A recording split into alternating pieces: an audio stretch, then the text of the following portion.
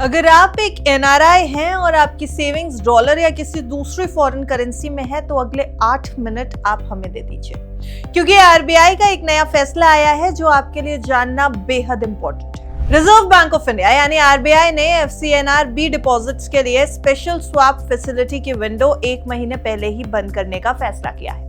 जो विंडो पहले 30 सितंबर 2026 तक चलनी थी, अब उसमें नए एफसीएनआरबी डिपॉजिट्स 31 अगस्त तक ही क्वालिफाई करेंगे। लेकिन अब ये सवाल है कि आरबीआई ने ऐसा किया क्यों?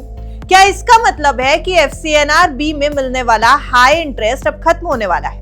क्या एनआरआईज को अभी भी इस फैसिलिटी का फायदा उठाना चाहिए? और सबसे जरूरी सवाल, क्या सिर्फ 6 से 7% इंटरेस्ट देखकर एफसीएनआरबी में पैसा डालना सही फैसला होगा? आज इस वीडियो में हम बिल्कुल आसान भाषा में आपको बताने जा रहे हैं कि एफसीएनआरबी क्या है, आरबीआई ने ये स्पेशल स्वैप फैसिलिटी क्यों शुरू की थी, इतने बड़े डॉलर इनफ्लोज आखिर कैसे आए, विंडो को समय से पहले क्यों बंद किया गया और एनआरआई इन्वेस्टर्स को अब करना क्या चाहिए।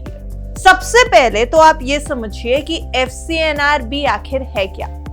देखिए, एफसीएनआरबी एक तरीके का डिपॉजिट है जिसका मतलब है foreign currency non resident bank deposit. ये एक ऐसा फिक्स्ड डिपॉजिट है जिसे एलिजिबल एनआरआईज अपनी फॉरेन करेंसी में रख सकते हैं, यानी एफडी होगी, वो भी फॉरेन करेंसी में। अगर आपके पास US dollar, British pound, euro, Japanese yen या ऑस्ट्रेलियन डॉलर में सेविंग्स है तो एलिजिबल बैंक में इन्हें एफसीएनआरबी डिपॉजिट में रखा जा सकता है। अब आप ये कहेंगे कि इस तरीके के फंड्स में डिपॉजिट रखने का फायदा क्या है? तो देखिए, इसका सबसे बड़ा फायदा है कि प्रिंसिपल और इंटरेस्ट दोनों फॉरेन करेंसी में रहते हैं और जनरली फ्रीली रिपैट्रिएबल होते हैं। दूसरा बड़ा फायदा है टैक्सेशन का। इंडिया में एलिजिबल एफसीएनआरबी इंटरेस्ट पर इनकम टैक्स एग्जेम्पशन मिलता है और आमतौर पर इंडियन टीडीएस नहीं कटता। लेकिन यहाँ एक इंपॉर्टेंट बात समझना जरूरी है, इंडिया में टैक्स फ्री होने का मतलब ये बिल्कुल भी नहीं है कि आपके रेजिडेंस कंट्री में भी टैक्स फ्री होगा। ये अगर आप यूएस, यूके या किसी दूसरे देश के टैक्स रेजिडेंट हैं तो वहां फॉरेन इनकम रिपोर्टिंग और टैक्सेशन के अलग रूल्स हो सकते हैं, इसलिए सिर्फ टैक्स फ्री देख करके डिसीजन लेना आपके लिए बिल्कुल सही नहीं होगा। अब आरबीआई ने स्पेशल स्वैप फैसिलिटी शुरू क्यों की थी? क्योंकि अगर आपको एफसीएनआरबी के बारे में जानना है तो आपको ये समझना पड़ेगा कि आरबीआई की कोई असली मंशा थी क्या, असली कहानी क्या है, ये हम आपको बताते हैं। 8 जून 2026 को आरबीआई ने बैंक्स के लिए एक special foreign currency swap facility operationalise की थी। इसका मकसद था देश में ज्यादा डॉलर इनफ्लोज लाना और फॉरेन एक्सचेंज रिजर्व्स को मजबूत करना। सिंपल लैंग्वेज में थोड़ा समझिए इसको। बैंक्स एनआरआई से एफसीएनआरबी डिपॉजिट्स जुटाते हैं, लेकिन बैंक के लिए फॉरेन करेंसी को मैनेज और हेज करना एक कॉस्ट है। आरबीआई की स्पेशल स्वैप फैसिलिटी ने बैंक्स को कंसेशनल टर्म्स पर फॉरेन करेंसी लिक्विडिटी और हेजिंग सपोर्ट दिया। इससे बैंक्स के लिए एफसीएनआरबी डिपॉजिट्स जुटाने की इकोनॉमिक्स काफी ज्यादा अट्रैक्टिव हो गई। नतीजा, एनआरआई से डॉलर इनफ्लोज उम्मीद से काफी ज्यादा आए। आरबीआई के लेटेस्ट डेटा के मुताबिक 13 अगस्त 2026 तक स्पेशल मेजर्स के तहत कुल foreign currency inflow 56.84 billion dollars तक पहुंच गया और इसमें सबसे बड़ा कंट्रीब्यूशन किसका था?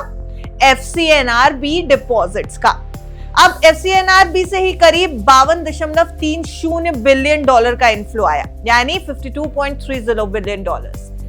इसके मुकाबले एक्सटर्नल कमर्शियल बोरोइंग्स यानी ईसीबी से करीब 1.74 बिलियन डॉलर्स का, जबकि ओवरसीज फॉरेन करेंसी बोरोइंग्स यानी ओएफसीबी से करीब 2.80 बिलियन डॉलर्स का इनफ्लो आया है। यानी ये तो साफ समझ में आ रहा है नंबर से कि आरबीआई की इस पूरी स्कीम में एफसीएनआरबी ने सबसे बड़ा रोल निभाया। अब आरबीआई ने विंडो समय से पहले क्यों बंद कर दी? अगर इतना फायदा हो रहा था और इनफ्लोज लगातार बढ़ रहे थे तो ये फैसला आरबीआई ने लिया क्यों? ये समझिए, ये क्योंकि ये सबसे इंपॉर्टेंट सवाल है। जब आरबीआई ने ये फैसिलिटी 30 सितंबर तक रखी थी तो फिर इसे 31 अगस्त तक बंद क्यों किया गया? उसकी सीधी सी वजह है, इनफ्लोज उम्मीद से ज्यादा हो गए। आरबीआई ने कहा कि एफसीएनआरबी स्वैप फैसिलिटी को एनकरेजिंग रिस्पांस मिला है और इससे सब्सटैंशियल फॉरेक्स इनफ्लोज आए हैं। लेकिन अब नए डिपॉजिट्स के लिए विंडो को 1 महीने पहले बंद करने का फैसला किया गया है। ध्यान दीजिएगा, यहाँ 2 अलग डेट्स हैं। 31 अगस्त 2026 तक मोबिलाइज किए गए FCNR डिपॉजिट्स इस फैसिलिटी के लिए क्वालिफाई कर सकते, लेकिन उन डिपॉजिट्स के स्वैप्स RBI के साथ 11 सितंबर 2026 तक अवेल किए जा सकते हैं। यानी 31 अगस्त डिपॉजिट मोबिलाइजेशन की कट ऑफ है, जबकि 11 सितंबर स्वैप एग्जीक्यूशन की लास्ट डेट, अंतिम तारीख है। एक और इंपॉर्टेंट पॉइंट, FCNRB विंडो को शॉर्टन किया गया है, लेकिन ECB और OFCB के लिए स्वैप फैसिलिटी 31 दिसंबर 2026 तक जारी रहेगी, जैसा कि पहले तय किया गया था। चलिए अब ये समझ लेते हैं कि RBI को इससे आखिर फायदा क्या हुआ है। थोड़ा सा मैक्रो पिक्चर समझेंगे। भारत के लिए फॉरेन करेंसी इनफ्लो कई वजहों से इंपॉर्टेंट है। जब देश में ज्यादा डॉलर्स आते हैं तो फॉरेन एक्सचेंज रिजर्व्स मजबूत होते हैं, इससे एक्सटर्नल सेक्टर को सपोर्ट मिलता है और बैलेंस ऑफ पेमेंट्स पर प्रेशर कम हो सकता है। इस स्पेशल स्कीम के दौरान FCNRB से आए $52.30 बिलियन ने इस इनफ्लो को काफी मजबूत किया। वहीं इंडिया के फॉरेक्स रिजर्व भी मजबूत हुए। 7 अगस्त को खत्म हुए हफ्ते में इंडिया के फॉरेन एक्सचेंज रिजर्व्स करीब $707 बिलियन तक पहुंच गए थे, जो इस फाइनेंशियल ईयर का हाईएस्ट लेवल बताया गया है। इसलिए RBI के लिए ऑब्जेक्टिव काफी हद तक अचीव हो चुका था। यानी जब सेंट्रल बैंक खुद कह रहा है कि स्कीम ने लिक्विडिटी, बैलेंस ऑफ पेमेंट्स और रिजर्व एडिक्वेसी के लिहाज से अपने ऑब्जेक्टिव्स को काफी हद तक टिक मार्क कर लिया है, तो इंसेंटिव्स को ज्यादा लंबे समय तक जारी रखने की जरूरत कम हो जाती है। NRI इन्वेस्टर्स को क्या फायदा मिला, ये भी आपको बताते हैं। इस स्कीम की वजह से कुछ बैंक्स ने FCNRB डिपॉजिट्स पर comparatively attractive interest rates offer किए। कुछ केसेस में रेट 6 to 7% या उससे ज्यादा तक देखे गए हैं। हालांकि exact rate bank, currency, tenure और प्रिवेलिंग मार्केट कंडीशंस पर डिपेंड करता है। यहाँ NRI के लिए कॉम्बिनेशन इंटरेस्टिंग बन जाता है। Foreign currency deposit plus attractive interest plus Indian tax exemption plus repatriability, यानी कि एक देश से दूसरे देश तक पैसे भेजने की क्षमता। मान लीजिए कोई NRI डॉलर सेविंग्स को FCNRB में रखता है और उसे 6.5% के आसपास इंटरेस्ट मिलता है, तो इंडिया में एलिजिबल इंटरेस्ट पर टैक्स नहीं लगेगा और डिपॉजिट डॉलर में ही रहेगा। लेकिन एक चीज बिल्कुल क्लियर होनी चाहिए, 6.5% गारंटीड लुकिंग हेडलाइन को देखकर इसे risk free high return investment समझना बिल्कुल गलत होगा, बिल्कुल सही नहीं है। क्योंकि बैंक की actual rate, tenure, premature withdrawal rules, currency और आपके होम कंट्री टैक्सेशन, इन सबको साथ में देखना बेहद जरूरी है। अब चलिए लेवरेज की बात भी समझिए। इस स्कीम के दौरान कुछ बैंक्स ने FCNRB डिपॉजिट्स के अगेंस्ट बोरोइंग या लेवरेज अपॉर्चुनिटीज भी ऑफर की।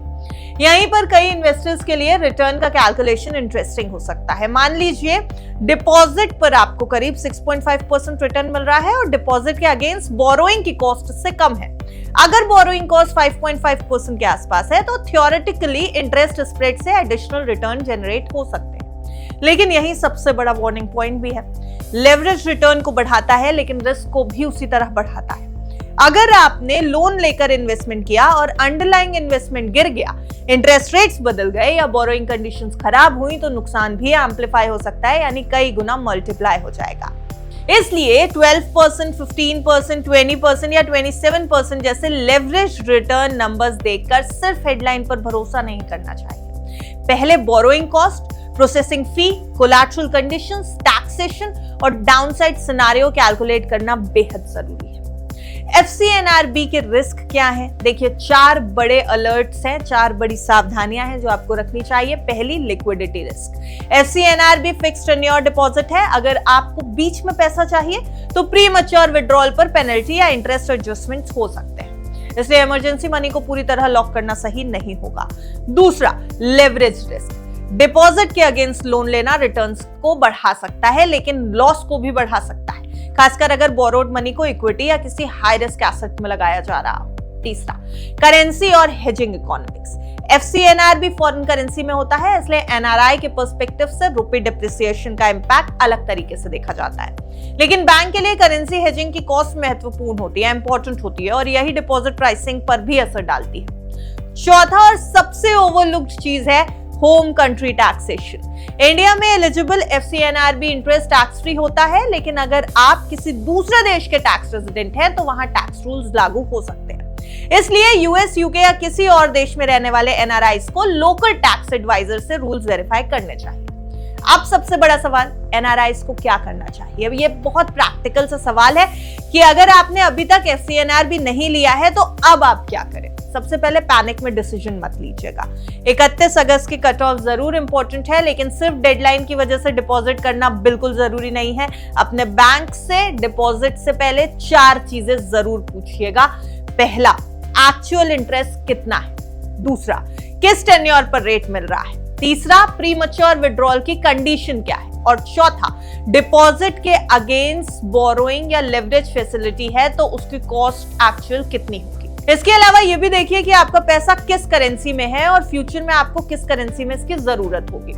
अगर आपकी प्रायोरिटी कैपिटल स्टेबिलिटी और फॉरेन करेंसी एक्सपोजर है तो एफसीएनआरबी पोर्टफोलियो के रिलेटिवली स्टेबल डॉलर बकेट का हिस्सा हो सकता है। लेकिन अगर आप इस डिपॉजिट को लोन लेकर अग्रेसिवली इक्विटी या एफएनओ इन्वेस्टमेंट में लगाने की सोच रहे हैं तो रिस्क काफी बढ़ेगा, इसलिए रुक के सोच लीजिएगा। एग्जिस्टिंग एफसीएनआरबी होल्डर्स को क्या करना है? देखिए, अगर आपके पास पहले से एफसीएनआरबी डिपॉजिट है तो तुरंत कुछ करने की जरूरत नहीं है। आपको मेजरली मैच्योरिटी डेट और रिन्यूएबल रेट पर नजर रखनी चाहिए, क्योंकि स्पेशल स्वैप फैसिलिटी के खत्म होने के बाद बैंक्स की प्राइसिंग बदल सकती है। इसलिए मैच्योरिटी के समय सिर्फ उसी बैंक में ऑटोमेटिकली रिन्यू करने के बजाय दूसरे बैंक्स के रेट्स और टर्म्स भी कंपेयर करना आपके लिए बेहतर रहेगा। अब आपको ये बताते हैं कि आरबीआई ने ये जो इतना बड़ा फैसला लिया जो एनआरआईज के लिए बहुत इंपॉर्टेंट है, उससे भारत को क्या फायदा या नुकसान है, भारत के लिए आगे क्या कुछ है। आखिरी बात यही है कि आरबीआई के इस फैसले का ब्रॉडर इंपैक्ट क्या कुछ होगा। तो देखिए, सबसे बड़ा टेक अवे यही है कि भारत ने रिलेटिवली शॉर्ट पीरियड में 52.30 बिलियन का एफसीएनआरबी इनफ्लो अट्रैक्ट कर लिया है। ये इनफ्लो इंडिया के फॉरेन एक्सचेंज रिजर्व्स और एक्सटर्नल स्टेबिलिटी के लिए पॉजिटिव है, लेकिन अब मार्केट की नजर इस बात पर होगी कि 31 अगस्त के बाद एफसीएनआरबी डिपॉजिट रेट्स किस डायरेक्शन में जाते हैं। दूसरी तरफ ईसीबी और ओएफसीबी स्वैप विंडो दिसंबर 2026 तक जारी है, इसलिए फॉरेन करेंसी बोरोइंग से जुड़े इनफ्लोस का चैनल अभी भी खुला हुआ है और इन्वेस्टर्स के लिए 3 चीजें देखने लायक होंगी: एफसीएनआरबी रेट्स, आरबीआई की लिक्विडिटी मैनेजमेंट और रुपी वोलेटिलिटी। तो कुल मिलाकर कहानी काफी सिंपल सी है। आरबीआई ने एफसीएनआरबी स्वैप फैसिलिटी इसलिए शुरू की थी जिससे देश में ज्यादा फॉरेन करेंसी आए और फॉरेक्स रिजर्व मजबूत हो जाए, और इस स्कीम ने उम्मीद से कहीं ज्यादा काम किया, यानी आरबीआई को मिल गया thumbs up. $56.84 billion total inflows में से $52.30 बिलियन अकेले एफसीएनआरबी से आया। इसी स्ट्रॉन्ग रिस्पांस को देखते हुए आरबीआई ने नए एफसीएनआरबी डिपॉजिट्स के लिए स्वैप फैसिलिटी की कट ऑफ 30 सितंबर से घटाकर 31 अगस्त 2026 तक कर दी। लेकिन इसका यह बिल्कुल मतलब नहीं है कि एफसीएनआरबी 1 महीने बाद खत्म हो जाएगा। इसका मतलब है कि इस स्पेशल स्वैप इंसेंटिव का विंडो खत्म हो रहा है। अगर आप एनआरआई हैं, फॉरेन करेंसी सेविंग्स रखते हैं और एफसीएनआरबी पर विचार कर रहे हैं, सोच रहे हैं, तो अपने बैंक से आज ही रेट, टेन्योर, प्रीमैच्योर विड्रॉल और टैक्सेशन से जुड़ी कंडीशंस वेरीफाई करिए। और सबसे जरूरी, सिर्फ हाई इंटरेस्ट रेट देखकर इन्वेस्टमेंट मत करिएगा। अपनी होम कंट्री टैक्स रूल्स और लेवरेज रिस्क को भी कैलकुलेशन में डालिएगा। अब आप हमें कमेंट में बताइए कि अगर आपके पास डॉलर सेविंग्स हैं तो आप उन्हें एफसीएनआरबी, एनआरईएफडी या किसी दूसरे इन्वेस्टमेंट ऑप्शन में रखना पसंद करेंगे क्या?